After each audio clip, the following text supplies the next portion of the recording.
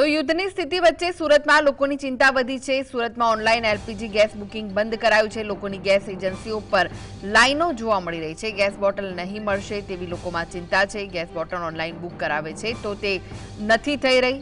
સરકારી તારીખમાં ફેરફાર કરતા લોકોની ચિંતા વધી ગઈ છે। લોકોએ સરકાર પાસે ગેસનો પુરવઠો યોગ્ય પ્રમાણમાં મળી રહે તેવી વ્યવસ્થા કરવા માંગ કરી છે।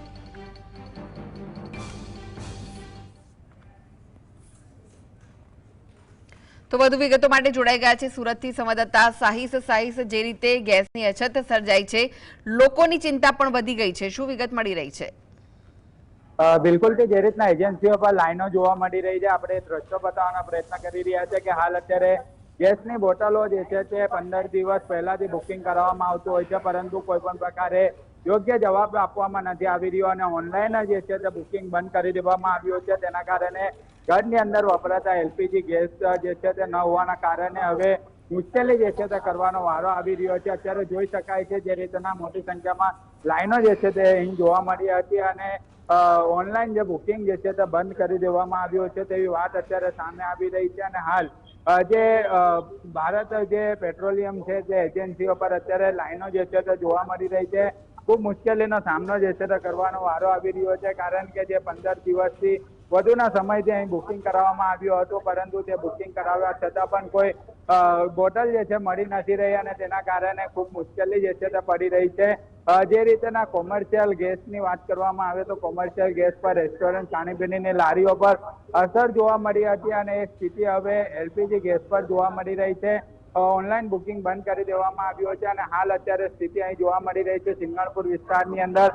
હાલ અત્યારે બુકિંગ કરાવવા માટે અહીં પહોંચ્યા છે અને જે રીતના જે નોંધણી જે છે કરાવવા માટે આવી રહ્યા હોય ત્યારે તે લોકો સ્પષ્ટ જણાવી રહ્યા છે કે 25 દિવસ પછી જે રીતના બોટલો જે છે તે મળશે તેવી વાત જે છે તે કરવામાં આવી રહી છે અને હાલ અત્યારે જે સિંગણપુર ખાતે અહીં લાઈનો જે છે તે હાલ જોવા મળી રહી છે। જોઈ શકાય છે જે અગાઉથી નોંધણી કરવામાં આવી હતી તે છતાં પણ હજી સુધી કોઈ પણ પ્રકારે અહીં મળી નથી અને તેના કારણે ખૂબ મુશ્કેલી જે છે તે કરવાનો વારો આવી રહ્યો છે। હાલ અત્યારે જોઈ શકાય છે લાઈનો જે છે તે અહીં જોવા મળી રહી છે અને ખૂબ મુશ્કેલી જે છે તે વેઠી રહી છે। હાલ અહીંના દ્રશ્યો પણ બતાવવાનો પ્રયત્ન કરી રહ્યા છે કે હાલ અહીં આવી રહ્યા છે, નોંધણી કરવામાં આવી રહી છે। શું કહેશો અત્યાર સુધી કેટલી નોંધણી થઈ છે?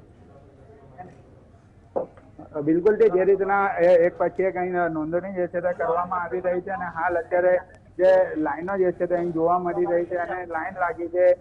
જોઈ શકાય છે કે જે અગાઉથી બુકિંગ કરવામાં આવ્યું હતું અને તે બુકિંગને લઈને ખૂબ મુશ્કેલી જે છે તે વેઠવાનો વારો જે છે તે આવ્યો છે અને હાલ અહીં લાઈન જે છે તે જોવા મળી રહી છે। સાઈ સત્યા બહાર જે લોકો ઉભા છે તેમની સાથે શું વાતચીત થઈ શકશે, તેમનું શું કહેવું છે?